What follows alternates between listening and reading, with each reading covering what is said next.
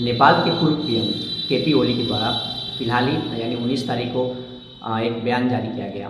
बयान यह जारी किया गया कि जो देश में जेनजी प्रोटेस्ट हुआ था, उसमें जो पुलिस ने जो गोली चलाया, उसके लिए सरकार किसी भी स्तर से या किसी भी तरीके से सरकार ने ऑर्डर नहीं किया था गोली चलाने के लिए। तो फिर मामला उठता है कि गोली चला कहाँ से।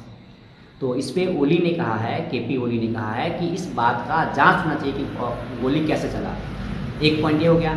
दूसरा पॉइंट यह है कि केपी ओली की तरफ उठाया गया है कि जो नेपाल पुलिस है उसके पास में ऑटोमेटिक वेपन्स है ही नहीं, ऑटोमेटिक राइफल्स है ही नहीं, ऑटोमेटिक जो हथियार है ही नहीं, लेकिन जितने भी गोली चले हैं ऑटोमेटिक वेपन से चल रहे हैं। तो वह वेपन आए कहाँ से, है ना। यहाँ पे ओली सीधे सीधे जो है टारगेट कर रहा है बाहरी लोग का।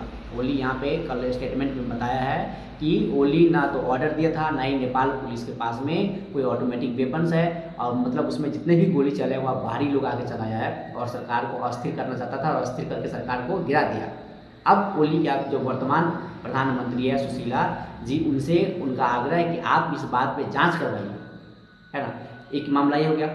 दूसरा मामला यह है कि जो नेपाल के जेनजी प्रोटेस्टर थे वह आग लगाने में कोई इंटरेस्टेड नहीं थे, है ना। क्योंकि कोई भी अपने देश का संपत्ति को क्यों जलाएगा, वो भी इतना महत्वपूर्ण संपत्ति जैसे संसद हो गया और भी बहुत सारा महत्वपूर्ण था। जैसे संसद के बाद तो वहाँ का जो सिंह दरबार था, उसके बाद जितने भी प्रधानमंत्री के घर ऑफिस, जो विपक्षी नेता है उसके घर ऑफिस को जला दिया गया, तो सत्यानाश कर दिया गया, तबाह कर दिया गया, है ना। जो सिंह दरबार है वहाँ पे नेपाल सरकार के पूरे रिकॉर्ड्स जमा हुआ करते थे, जितने भी उसके ऐतिहासिक विवरण है, नेपाल का इतिहास था, वहाँ पे नेपाल का जो संस्कृति था वो था, बहुत सारा रिकॉर्ड था। उस सब कोई अपने देश में क्यों जलाएगा। इसके पीछे तर्क देते हुए इसने खुद ही ओली जी ने तर्क देते हुए बताया है कि इसके पीछे कहीं ना कहीं बाहरी लोगों का हाथ था और षड्यंत्र के माध्यम से इस चीज़ को जलाया गया है।